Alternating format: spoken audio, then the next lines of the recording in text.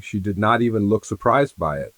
She said it like she had been thinking it for days, maybe weeks, just waiting for the right moment to let the word fly. The strange thing is, she was probably right. I had been watching her longer than a man should watch someone he barely knew. It was a quiet afternoon in our dusty little town, the kind where the wind drags dirt across the road and the sun sits heavy over the wooden rooftops. Horses stomped lazily near the hitching posts and a wagon creaked its way down the street. Folks moved slow, like time itself had decided to take a break. I leaned against the porch post outside the general store, one boot resting behind me, hat low over my eyes. From where I stood, I had a clear view of her across the wooden walkway. She stood there with her arms folded tight across her chest, staring at me like I had just stepped in something unpleasant and tracked it right up to her doorstep. Her dress was plain, the color of faded earth, and her hair was tucked under a bonnet that had seen better days. But there was something about the way she held herself. Strong, stubborn, like the whole world could lean against her, and she still would not move an inch. "You mind explaining why you keep staring?" she asked finally. Her voice carried across the porch, calm but sharp enough to cut through the afternoon heat. I shrugged, pushing my hat back a little. "Just looking." "Well, stop looking," she said. "It is annoying." That was the first time she called me that, annoying. I should have laughed it off and walked away. Most men would have. But something about her kept my boots planted right where they were. Maybe it was the way her eyes did not back down. Maybe it was the way she spoke to me like she did not care one bit about my temper, my reputation, or the revolver resting on my hip. Truth is, most folks in town tried real hard not to get on my bad side. She did not seem to care about that at all. I tipped my hat slightly. "You say that to every man who looks your way?" "I say it to the ones who deserve it." There was a small silence after that. The wind picked up again, pushing dust along the road. Somewhere behind us a dog barked, and the wagon rolled farther down the street. She turned like she was done with the conversation, but before she stepped inside the store, she glanced back at me. Just once, not angry this time. Curious, that look stuck with me the rest of the day. I had no business being interested in someone like her. My life was mostly trouble, the kind that followed a man from town to town. She looked like the kind of person who built roots and stayed put. Still, the next morning I found myself leaning against that same porch post again, and when she stepped outside and saw me waiting there, she stopped in her tracks, narrowed her eyes, and said something that made me realize this story was about to get a whole lot more complicated. She stopped in the doorway, one hand resting on the wooden frame, eyes narrowed like she had just spotted a snake in the grass. "You again?" she said. Morning light stretched across the street, turning the dust golden. The town was just waking up. A few shop doors creaked open, and somewhere down the road a blacksmith's hammer rang against metal. The air smelled like coffee, horse sweat, and dry wood. I tipped my hat slightly. "Morning." She looked at me for a long moment, the kind of look that measures a person without saying a word. Then she stepped down onto the porch. "You planning to stand there all day again?" she asked. "Depends," I said. "You planning to keep noticing?" Her jaw tightened, but there was something different in her eyes this time. Yesterday it had been pure irritation. Today it looked more like caution. "Most men around here know better than to cause trouble," she said. "I am not causing trouble. You standing here watching me sure feels like trouble." I pushed myself off the post and straightened up. Up close the town seemed quieter than usual. A few people walking along the road slowed their steps when they noticed us talking. Folks in a place like this paid attention to everything. "You got a name?" I asked. She hesitated before answering, like she was deciding if I deserved to hear it. "Lydia," she said finally. The name suited her. Strong and steady. I nodded once. "Good to know. And yours?" "Folks just call me Cole." She studied me again after that. Her eyes drifted down for a moment, not to my boots or my coat, but to the worn revolver hanging low on my belt. That look told me she had noticed it yesterday, too. "You passing through, Cole?" she asked. "That depends on what?" "On the town." She folded her arms again, just like the day before. "You picked the wrong town if you are looking for excitement." I almost laughed at that. Excitement had a way of finding me whether I wanted it or not. A wagon rattled past us, the driver tipping his hat toward Lydia. She gave him a small nod in return. People clearly knew her here. You work at the store? I asked. My uncle owns it, she said. I help run things. That explained why she moved around the porch like she belonged there. Inside the store, I could hear someone shifting crates and glass jars clinking together. You been in town long? She asked. Long enough. She did not like that answer. You always this difficult? Only when people ask questions they are not ready to hear answers to. She let out a quiet breath, clearly deciding I was more trouble than the morning deserved. Look, she said, lowering her voice slightly. I do not know what business brought you here, Cole, but this town likes its peace. People here work hard to keep it that way. I nodded slowly. I figured as much. And yet you are still standing here. Before I could respond, the sound of horses galloping cut through the quiet street. Both of us turned toward the road. 3 riders came charging into town, kicking up clouds of dust behind them. Their coats were dark, their hats pulled low, and they did not slow down until they reached the middle of the street. The entire town seemed to freeze.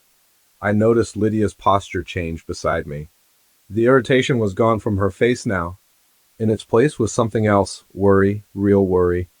One of the riders lifted his head and scanned the buildings like he was searching for someone. Then his eyes landed on the general store porch, right on us. And the moment Lydia saw his face, the color drained from hers. The street fell silent as the horses came to a stop. Dust hung in the air and drifted slowly between the buildings. People who had been walking a moment ago stepped aside and kept their heads down. In a small western town, strangers riding in fast rarely meant good news. I glanced at Lydia. A moment earlier she had been standing tall, arms crossed like she owned the porch. Now her shoulders were tight, and her eyes were fixed on the rider in the middle. You know them? I said quietly. She did not answer right away. Her fingers curled slightly against her sleeves. I was hoping they would not come here, she said under her breath. That was not the answer I expected. The rider in front swung one leg over his saddle and stepped down into the dirt. He moved slowly, brushing dust from his coat like he had all the time in the world. The other 2 stayed mounted behind him, watching the street. The man looked around town first, then back at the general store porch, right at Lydia. My hand rested casually near my belt, not touching the revolver, but close enough. Old habits do not leave a man easily. You expecting company? I asked. No, she said quickly. Not like this. The rider started walking toward us. His boots hit the dirt with slow, steady steps. A few townsfolk slipped inside nearby buildings, closing their doors quietly. That man, Lydia said softly. His name is Grayson. There was something in the way she said it, not just fear. Something heavier. What does he want? She swallowed before answering. Trouble. Grayson reached the wooden steps of the porch and stopped there. He looked up at Lydia with a crooked half-smile that never reached his eyes. Lydia, he said. Been a long time. Her voice came out calm, but I could hear the strain behind it. Not long enough? The 2 riders behind him chuckled quietly from their saddles. Grayson rested his hands on his belt and glanced toward me. And who is this? He asked. Just someone passing through, Lydia said before I could answer. I tilted my hat slightly but stayed quiet. Grayson studied me for a moment. Men like him were used to reading people quickly. I could see the gears turning behind his eyes as he noticed the dust on my coat and the worn grip of the revolver at my side. Then he shrugged like I was not worth the trouble. Well, Lydia, he said, I came all this way to settle something between us. There is nothing to settle, she replied. Now that is not how I remember it. A tense silence filled the porch. The wind pushed a loose paper down the street. I leaned back against the post again, watching both of them. You might want to take your business somewhere else, I said calmly. Both Lydia and Grayson looked at me. Grayson laughed once, low and amused. You must be new here, friend. Passing through, I said. He nodded slowly, stepping up onto the first porch board. Then let me give you a little advice. When 2 people have unfinished business in a western town, strangers usually stay out of it. Lydia suddenly stepped forward. No, she said firmly. You do not get to walk in here and start making threats. Grayson's smile faded a little. I am not making threats, he said. I am making a reminder. Her eyes flashed with anger now. You already took enough from this town. That caught my attention. Grayson leaned closer to her, his voice quieter but colder. You still have something that belongs to me. The words hung heavy in the morning air. Lydia did not move. And for the first time since I had met her, I saw doubt flicker across her face. For a moment, nobody moved. The wind pushed dust along the empty western street, and the wooden sign above the general store creaked slowly. Lydia stood at the edge of the porch, facing Grayson, her hands clenched so tightly the fabric of her sleeves wrinkled in her grip. You are not getting anything from me, she said. Her voice sounded steady, but I could hear the strain underneath it. Grayson noticed it too. His smile returned, slow and patient.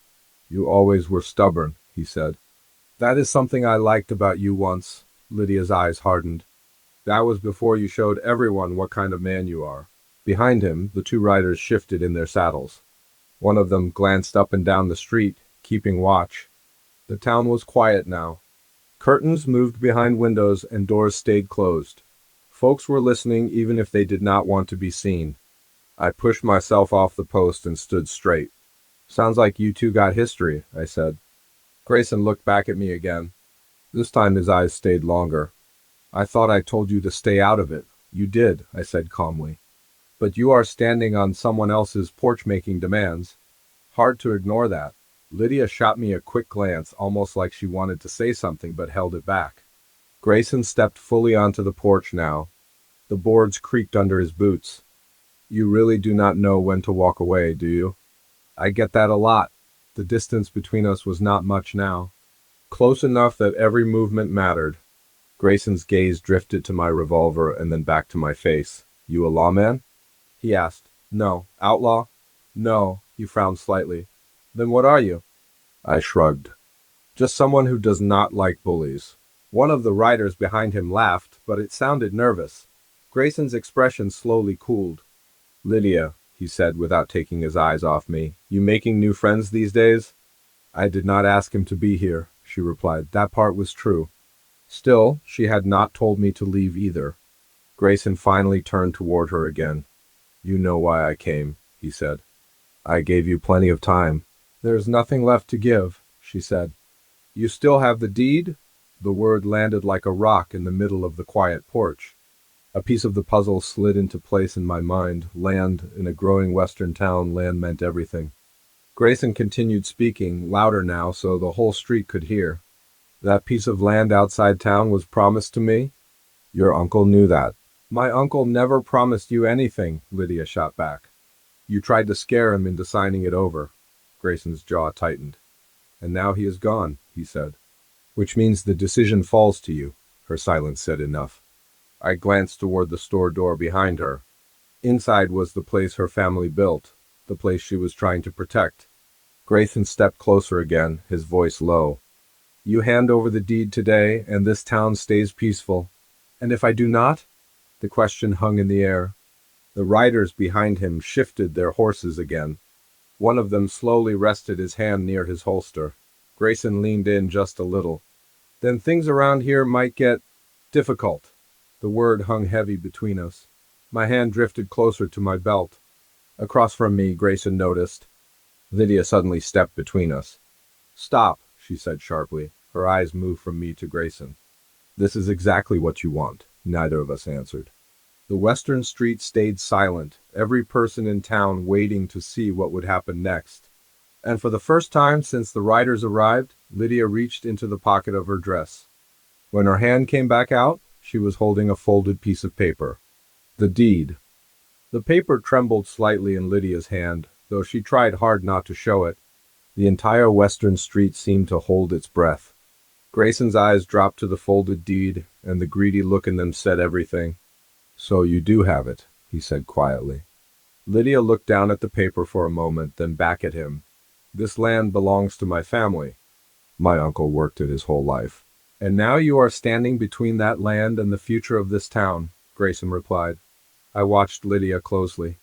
She looked tired, but not defeated. The kind of tired that comes from carrying a fight for too long. You think this land will make you powerful, she said. But all it will do is ruin this place. Grayson gave a dry smile. Progress always looks ugly at first. Behind him, one of the riders shifted again, but something had changed in the air. A door creaked open somewhere down the street, then another. Folks from town were slowly stepping outside, watching from porches and boardwalks. They were no longer hiding. Grayson noticed it too. His smile faded slightly as he glanced around. Lydia saw it and straightened her shoulders. "You see that?" she said. "This town is not afraid of you anymore," Grayson scoffed, though it sounded forced. "A handful of farmers and shopkeepers does not scare me. Maybe not," I said calmly, "but they are not alone." He turned toward me again, clearly growing tired of my presence. "You still standing there," he said. "I figured you would have ridden out by now." I tipped my hat back slightly. Thought about it. And yet, here you are. I looked toward Lydia for a second before answering. "Sometimes a man sticks around when something feels worth it." The silence stretched again. The wind pushed dust along the road, but now the town felt different, stronger. Lydia unfolded the paper slowly. Grayson's eyes locked onto it. Then she did something none of us expected. She tore it in half. The sound of ripping paper cut through the quiet street. Grayson's face froze in disbelief. Lydia did not stop there. She tore the pieces again and again until the deed was nothing but small scraps falling into the dust. "You cannot own what no longer exists on paper," she said firmly. For a moment, Grayson looked like he could not believe what had just happened. All the power he thought he held had just slipped through his fingers. "You foolish girl," he muttered. But the confidence in his voice was gone. Around us, the people of the town stood a little taller. A few men stepped forward onto the street. They were not armed like outlaws, just ordinary folks who had decided they were done being pushed around. Grayson looked at them, then back at Lydia, then finally at me. "This is not finished," he said. Maybe he meant it, maybe he did not.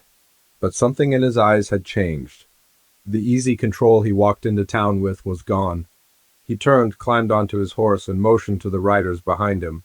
Without another word, they pulled their horses around and rode out of town the same way they had entered, leaving only dust behind them. The street stayed quiet until the sound of hooves faded completely. Then people began talking again, slowly at first. Lydia let out a long breath like she had been holding it all morning. Her shoulders relaxed for the first time since I met her. "You just destroyed the deed to your family's land," I said gently. She looked at the scraps on the ground. "Land is more than paper," she said. "Everyone here knows who it belongs to," I nodded. She had more courage than most people I had met on the road. After a moment, she looked at me, studying my face the same way she had on that first day. "You are still here," she said. "Told you I might stay." She shook her head slightly, though there was a small smile now. "You are still annoying." "That has been said before." For the first time, Lydia laughed softly. The tension that had hung over the western town all morning finally lifted. I leaned against the porch post again, watching the life return to the street. Truth is, I had come to town planning to leave the next day like always. But some places change a man's plans.